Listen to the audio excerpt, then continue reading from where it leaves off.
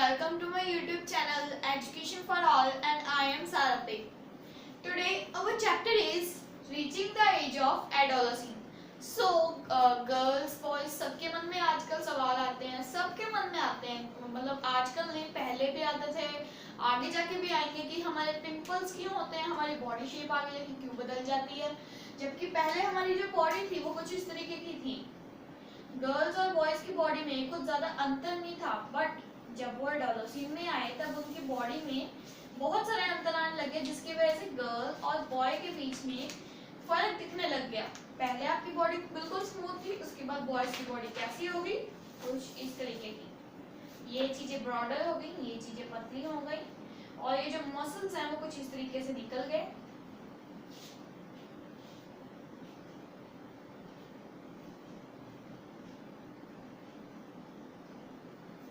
ये क्यों हुआ? आपके जो पैर है वो भी लंबे हो गए, आपकी हाइट लंबी होगी और जो आपके मतलब रिश्तेदार हैं, जो आपके मतलब दूर के रिश्तेदार हैं, कभी आपसे मिले नहीं, बचपन में ही मिले, वो आपको कहेंगे अरे तू तो बड़ा हो गया।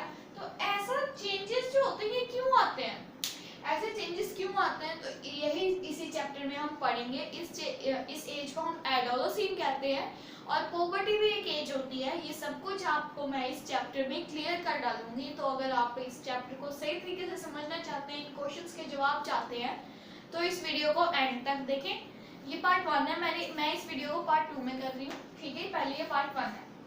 सो reaching the age of adolescence, सबसे पहले तो हम मैच्योर हो जाते हैं, ठीक है, अबाउट 10 to 12 इयर्स की उम्र में, है ना। इससे पहले मैंने आपको एक चैप्टर कराया था, दैट इज रिप्रोडक्शन, ठीक है, chapter number 9, reproduction in animals. So उस चैप्टर में हमने पढ़ा था कि कोई एक एज आती है जिसमें हम रिप्रोडक्शन करने के काबिल हो जाते हैं। तो वो एज कौन सी होती है, ठीक है।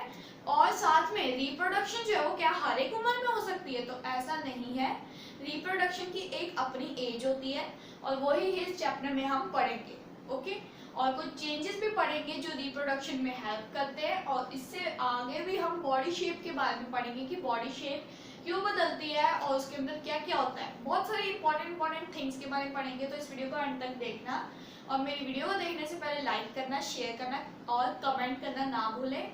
और अगर आपको वीडियो बहुत अच्छी लगी तो प्लीज सब्सक्राइब करना ना भूलें और न्यू अपडेट्स के लिए बेल आइकन दबा दें, ठीक है। तो स्टार्ट करते हैं, reaching the age of adolescence. So सबसे पहले तो आपके मन में यही सवाल आएगा, what is this, what is adolescence. So adolescence एक ऐसी एज है, मतलब एक ऐसी उम्र है आपकी जिसमें क्या होगा, आप एक ऐसी एज में आ जाओगे जिसमें आपकी फिजिकली, मेंटली सारी की सारी जो चीजें वो डेवलप होंगी। और जब आप डेवलप होगे तो आप फिजिकली, मेंटली जब डेवलप होगे तो आपके अंदर बहुत सारे क्वेश्चंस आएंगे। सो ये एक ऐसी एज है जिसमें आप फिजिकोलॉजिकली, फिजिकली, मेंटली इस तरीके की डेवलपमेंट करते हो, ठीक है। मीन्स जैसे आप पहले है ना छोटे बच्चे थे तो आपसे 2 का टेबल लर्न नहीं होता था, बट बड़े हो गए ना, तो मतलब आप एडोलसेंस में आ गए। सो ये ऐसा इसलिए होता है क्योंकि हमारी जो एजेस है उसमें हमारी डेवलपमेंट होती है, हमारे ब्रेन की, हमारी मेंटल एबिलिटी की। इसी वजह से हम आगे जाके जो पुराने क्वेश्चन ABCD नहीं लर्न कर पाते थे, वो आगे जाके हमें रट आती है और वो हम मुंह जुबानी बोल सकते हैं बिना देखे, समझे। तो यही चीज है, समझे। तो एडोलसेंस एक ऐसी एज है जिसमें आपकी मेंटल, फिजिकल, सोशल इस तरीके की जो मतलब आपके अंदर डेवलपमेंट है वो सारी की सारी होती है, समझे। अब एडोलसेंस तो समझ में आ गया होगा, बट इसके बाद एक और टर्म आती है। आपने मुझसे सवाल पूछा कि रिप्रोडक्शन की एज कौन सी होती है, मीन्स कि जब आप रिप्रोडक्शन करने के लायक होगे तो वो कौन सी होगी।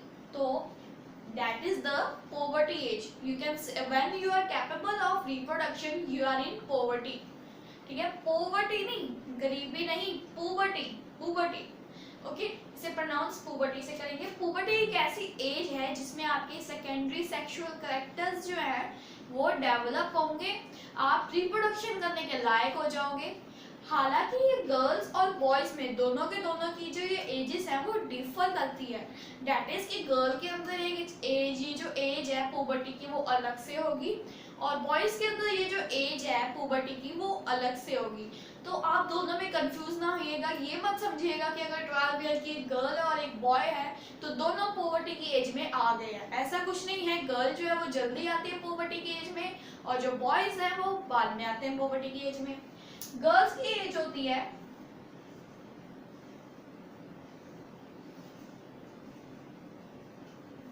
10 to 12 years and the boys is 12 to 14 years। Means जब गर्ल्स कैपेबल होती है रिप्रोडक्शन के, वो उनकी एज होती है 10 to 12 years। मीन्स उनका जो ओवा होता है वो 10 to 12 years के बीच में बनना शुरू हो जाता है, या फिर इसके बाद लेटर वैसे ज़्यादातर 11 years की उम्र में ही हो जाती हैं गर्ल्स, बट कुछ कुछ होती है जो 12 साल की उम्र में भी होती हैं।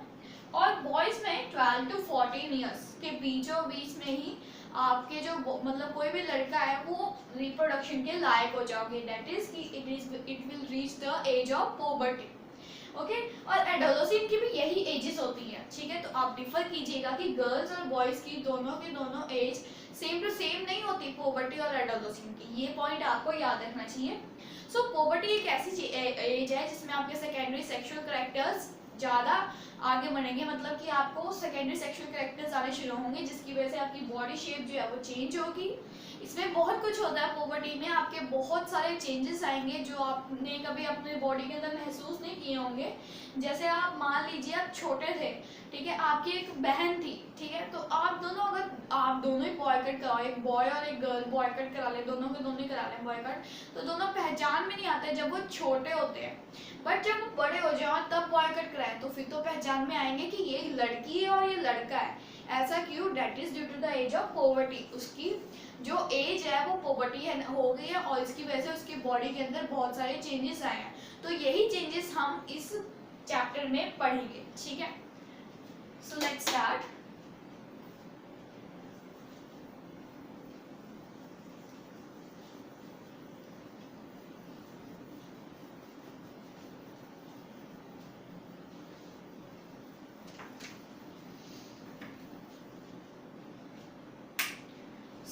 सबसे पहला चेंज जो आप अपने अंदर देखते होगे, और वो बहुत इंपॉर्टेंट चेंज है, ये नॉर्मली भी अगर आप गैस करके देखो तो भी आपको पता लग जाएगा कौन सा change. That is your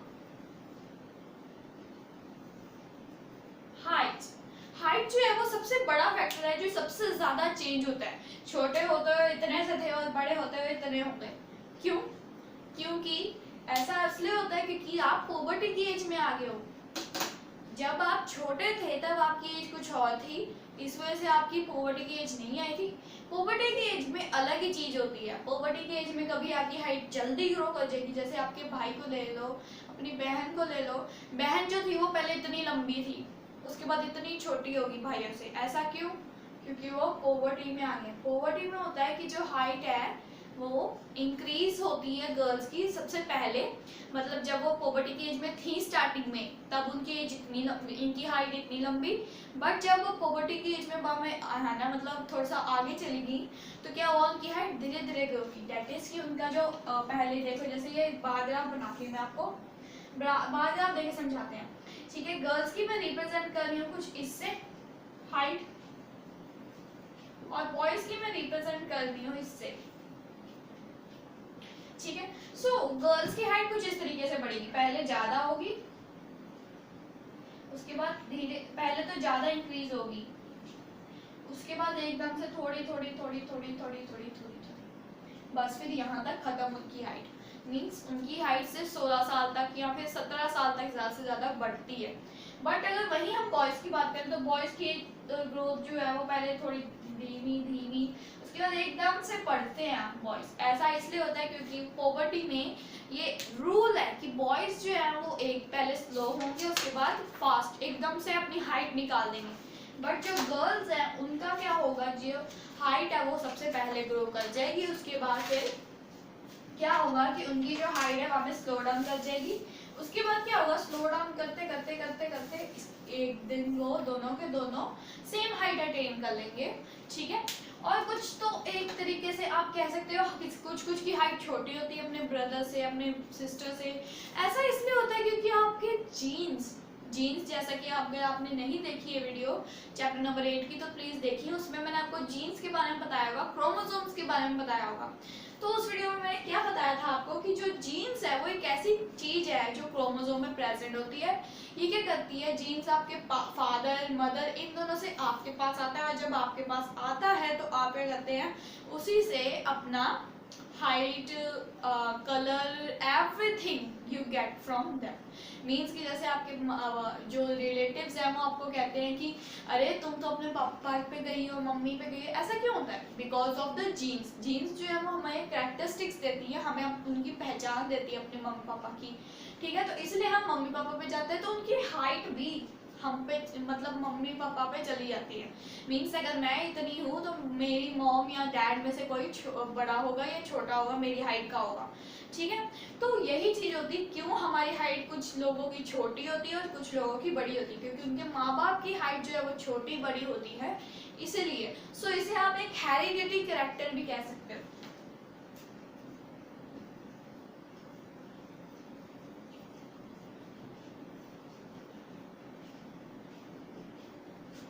it is a heredity character. Heredity character वो होते हैं जो जीन्स के द्वारा मिलते हैं हमें, मीन्स कि जब हम अपने माँ बाप पे जाते हैं, ठीक है।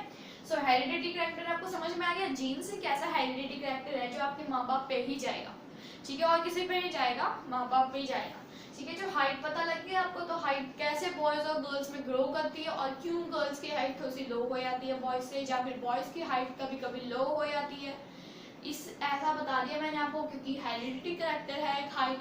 समझ गए आप हाइट के बारे में। अब इसके बाद कुछ और भी आ रहा है, एक और चीज आपके मन में आई होगी, लाइक अगर मैं किसी बॉय का डायग्राम बनाऊं,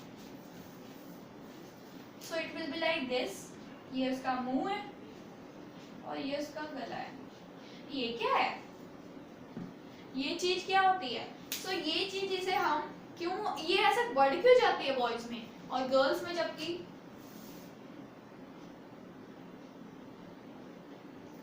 छींची की होती है, थोड़ी सी दिखती है, बहुत ध्यान से देखोगे तब जाके आपको दिखेगी। ऐसा क्यों होता है? सो ऐसा इसलिए होता है क्योंकि बॉयज का थ्रॉट ज्यादा बड़ा होता है, उनकी जो वॉइस है वो डीप होती है इसी वजह से, क्योंकि उनका थ्रॉट बाहर निकल आता है। जब बॉयज पोवर्टी की एज में आते हैं या फिर आप कह सकते हो एडोलसेंस में आते हैं, तो उनका जो थ्रॉट है वो क्या करेगा, बाहर निकल जाएगा थोड़ा सा, और गर्ल्स का थ्रॉट अंदर चले जाएगा। इसी वजह से है कि क्यों गर्ल्स की हाइट जो मतलब सॉरी गर्ल्स की जो वॉइस है वो पतली होती है, जबकि जो बॉयज की वॉइस है वो डीप होती है, थोड़ी सी भारी होती है और थोड़ी सी कह सकते हैं कटकटी सी होती है। तो यही वजह क्यों होती है। तो जो एडोलसेंस है उस एज में क्या होता है, बॉयज की जो हाइट है वो तो ग्रो करती ही है ज्यादा, ठीक है, कैसे ग्रो करती है, बट उसके साथ साथ उनका जो थ्रॉट है वो भी ग्रो करता है काफी।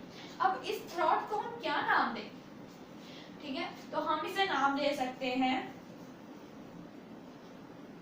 Adam's apple. इसका नाम है एडम्स एप्पल। इफ यू से Adam's apple, so it will be like throat. Throat को आप एडम्स एप्पल भी कह सकते हो, सिर्फ बॉयज में, गर्ल्स में नहीं, सिर्फ बॉयज में एडम्स एप्पल। और गर्ल्स में और बॉयज में दोनों में सिमिलर चाहते हो कोई तो फिर आ सकता है लैरिनेक्स। लैरिनेक्स एक ऐसी टर्म है, मतलब थ्रॉट को ही हम लैरिनेक्स कह सकते हैं एक तरीके से, ठीक है। सो लैरिनेक्स जो है वो भी इसे हम थ्रॉट ही कहते हैं। थ्रॉट जो होता है वो क्या होता है, मसल से घिरा होता है। जो गर्ल्स में होती है थ्रॉट वो अंदर चली जाती है और मसल्स आगे आ जाते हैं, इस वजह से हमें दिखता नहीं है।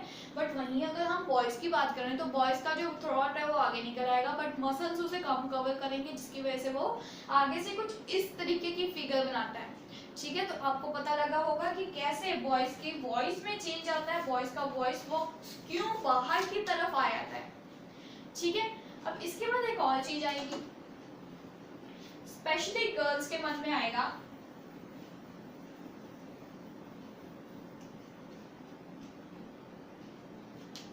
why there is a change in body shape boys के मन में आएगा कि शोल्डर, हमारे ये मसल्स बचपन में नहीं थे बट अब बढ़ गए, और गर्ल्स के मन में ये आएगा कि पिंपल्स क्यों होते हैं हमारे, व्हाई पिंपल्स। सो ये दोनों चीजें भी मैं आपको बताऊंगी। सबसे पहले बॉयज का कॉन्सेप्ट क्लियर करते हैं कि चेंज क्यों आता है बॉडी शेप में। सो आपके जो मसल्स होते हैं ये क्यों बनते हैं। सो जो बॉडी शेप है वो आपकी चेंज होती है इसलिए क्योंकि आप पुबर्टी की एज में आ गए हो, ठीक है। आपकी जो गर्ल्स और बॉयज में डिफरेंस कैसे करते हो, अब आप कैसे करते हो उनकी बॉडी शेप से। गर्ल्स की बॉडी शेप कुछ इस तरीके की होती है,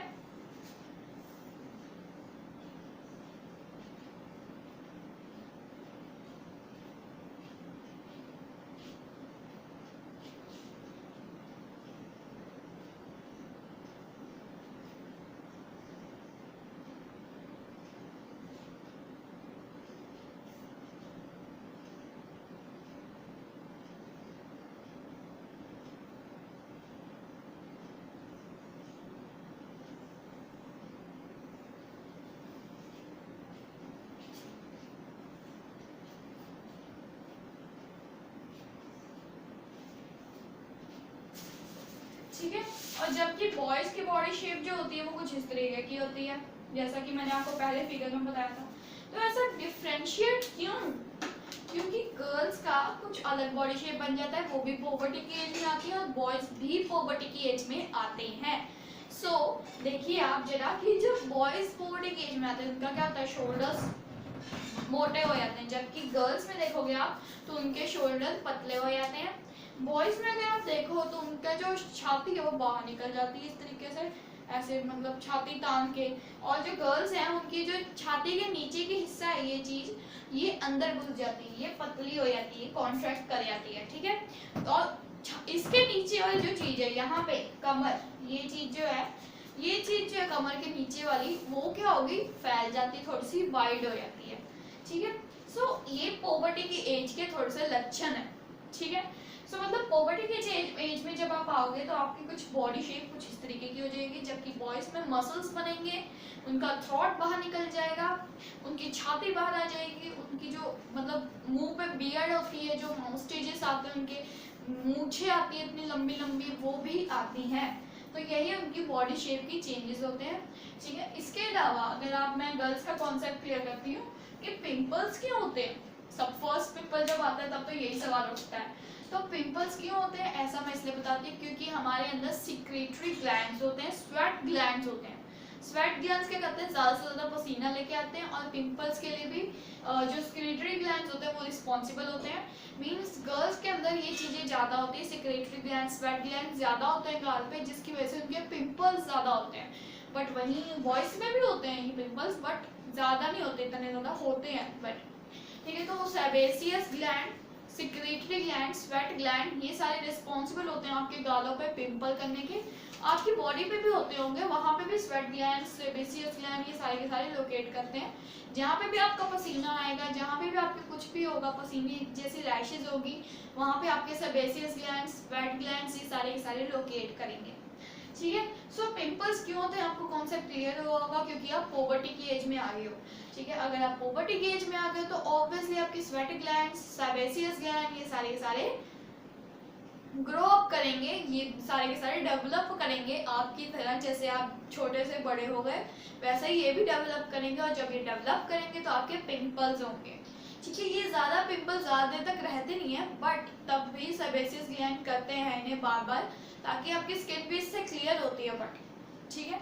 तो पिंपल्स इंपॉर्टेंट है क्योंकि ये हमारे ग्लैंड्स करते हैं, हमारे हार्मोन्स जो है वो कंट्रोल करते हैं इस ग्लैंड को, तो हम इस पे कोई दोष नहीं है, ये हार्मोन्स कर रहे हैं, ठीक है। तो पिंपल्स का मतलब कोई नाता नहीं है किसी साबुन से या फिर किसी भी चीज़ से, ये आपके ग्लैंड्स करते हैं, ये आपके हार्मोन्स करते हैं, जो आप जीन्स लेते हो। अगर आपके मम्मी के ज़्यादा पिंपल्स हैं तो आपकी मतलब आपके भी ज़्यादा ही पिंपल्स होंगे, आपकी कज़न के ज़्यादा पिंपल्स होंगे, इस तरीके से कुछ चीज़ें जो है वो रिलेट करती हैं कि क्यों पिंपल्स आपके ज़्यादा होते हैं। तो ये सारी की सारी जो चीज़ें आप अभी तक पढ़ रहे हो वो सारे के सारे हेरिडिटी कैरेक्टर्स ही हैं, ठीक है।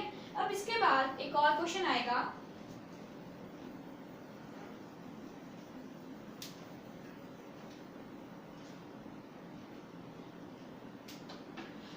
एक और क्वेश्चन आएगा अब, डेवलपमेंट ऑफ रिप्रोडक्टिव ऑर्गन।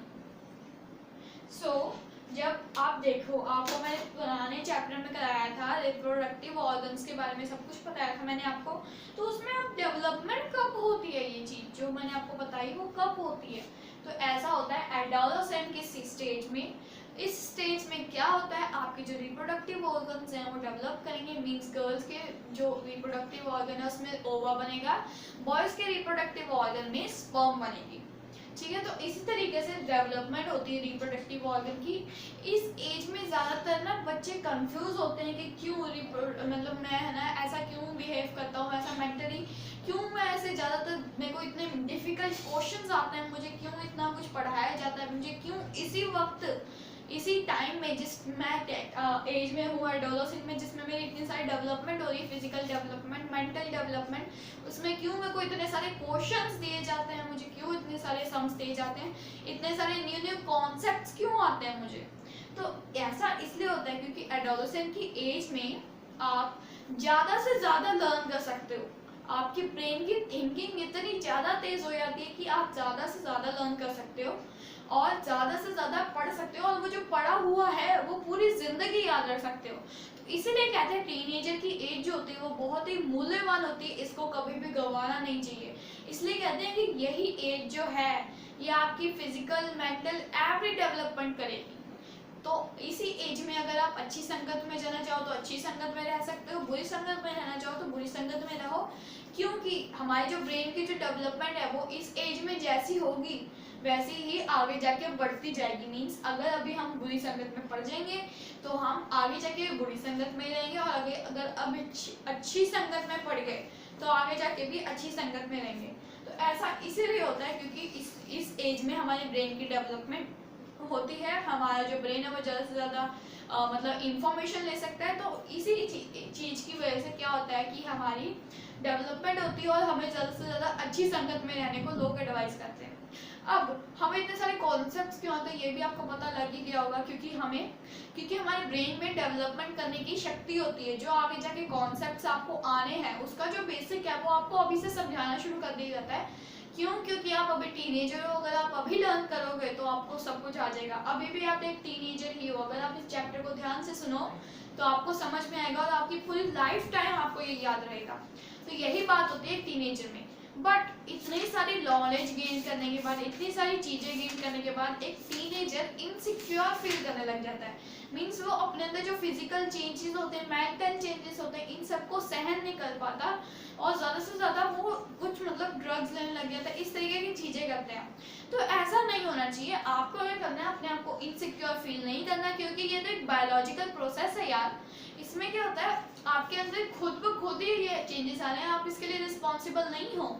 तो इसलिए आपको इनसिक्योर नहीं फील करना है, आपको ज़्यादा से ज़्यादा नॉलेज लेनी है, क्योंकि आप इस एज में इमोशनली भी डेवलप होगे, इंटेलेक्चुअली भी डेवलप होगे, और ज़्यादा से ज़्यादा जो बुकिश नॉलेज है, इन्वायरमेंटल नॉलेज है, ये सारी की सारी गेन करोगे। आपको ये भी पता लगेगा कि आप किस में ज़्यादा इंटरेस्ट लेते हो, ज़्यादा आपका पैशन क्या है, ये सब कुछ आपको इसी एज में पता लगेगा। तो इसलिए आपको इस एज में इनसिक्योर कभी नहीं फील करना चाहिए।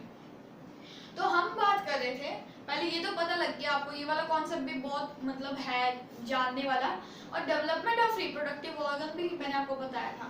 तो डेवलपमेंट ऑफ रिप्रोडक्टिव ऑर्गन तो आपको पता लग गया कि किस एज में होता है, 10 to 12 और 12 to 14 पोवर्टी एज में। ठीक है, डेवलपमेंट ऑफ रिप्रोडक्टिव ऑर्गन ज़्यादा हम आगे जाके थोड़े से पार्ट 2 में पढ़ेंगे, बट अभी हम इसके आगे थोड़ा सा और आगे कॉन्सेप्ट लेके जाते हैं, that is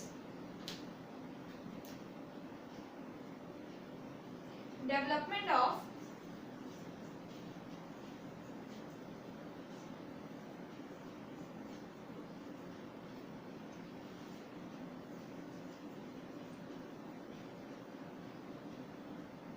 secondary sexual characters. Development of secondary sexual characters. Secondary sexual characters आपको पता ही होगा कौन से कैरेक्टर्स होते हैं जो आपके अंदर तब आते हैं जब आप रिप्रोडक्शन के लायक हो जाते हो। सो ये जो सारी की सारी डेवलपमेंट है ये कौन संभालता है? That is a very important gland called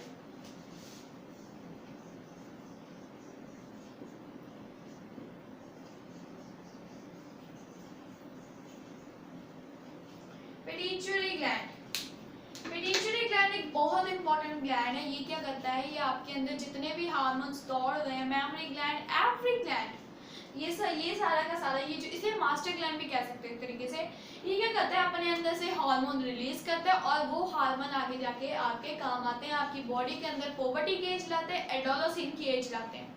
समझ गए होगे क्या पिट्यूटरी ग्लैंड करता है। और इसे अगर ये सारे के सारे काम करता है तो इसे हम कुछ नाम देना चाहिए, तो इसे हम मास्टर ग्लैंड भी बोलते हैं। It is also known as master gland. अगर आपसे कभी भी कोई पूछे कि पिट्यूटरी ग्लैंड को और क्या कहते हैं, तो आप कह सकते हो मास्टर ग्लैंड। और आप ये भी कह सकते हो मास्टर ग्लैंड को किसको कहते हैं, तो ये कह देना पिट्यूटरी ग्लैंड। सो इस तरीके से छोटे छोटे क्वेश्चंस आपको निकल के आएंगे। अब pituitary gland development of reproductive organ या सेक्सुअल सेकेंडरी सेक्सुअल कैरेक्टर्स जो है, इन सब में कैसे मदद करता है। सो जो पिट्यूटरी ग्लैंड है वो क्या करता है, अपने अंदर से टेस्टोस्टेरोन निकालता है। टेस्टोस्टेरोन मेल में और not in females, only in male. Testosterone निकालता है, टेस्टिस जो है, जो कि ग्लैंड्स हैं आपके, उसमें टेस्टोस्टेरोन निकालता है, जो कि आपके आगे जाके सेक्सुअल रिप्रोडक्शन में मदद करता है। और वहीं गर्ल्स की बात करें तो उनके अंदर एस्ट्रोजन निकलता है। मीन्स जो पिट्यूटरी ग्लैंड है वो उनमें एस्ट्रोजन निकालने के काम आता है। ये क्या करता है, उनके अंदर एस्ट्रोजन निकालता है, जिसकी वजह से वो सेकेंडरी सेक्सुअल कैरेक्टर्स अटेन कर पाती हैं, दैट इज कि वो रिप्रोडक्शन के लायक हो जाती हैं। बॉयज के अंदर आप याद रखिए टेस्टोस्टेरोन, गर्ल्स के अंदर एस्ट्रोजन। इन दोनों में आपको डिफरेंस पता होना चाहिए कि क्या है, कि ये मेल और फीमेल में ले जाती है। सबसे पहले तो डिफरेंस यही होगा कि मेल में टेस्टोस्टेरोन और फीमेल में एस्ट्रोजन। दूसरा चेंज आपका एक और आएगा, मतलब कोई डिफरेंस कह सकते हो आप एक तरीके से। दूसरा डिफरेंस ये आ सकता है आपका कि ये जो चीज़ें हैं, ये तो है ना, टेस्टोस्टेरोन जो है वो टेस्टिस के लिए होता है, और जबकि जो एस्ट्रोजन है वो ओवा के लिए होता है। ठीक है, ये भी डिफरेंस आ गया। इसके अलावा भी आपको बहुत सारे डिफरेंस पता लग जाएंगे, बट अगर आप इस चैप्टर को ध्यान से देखो और पढ़ो।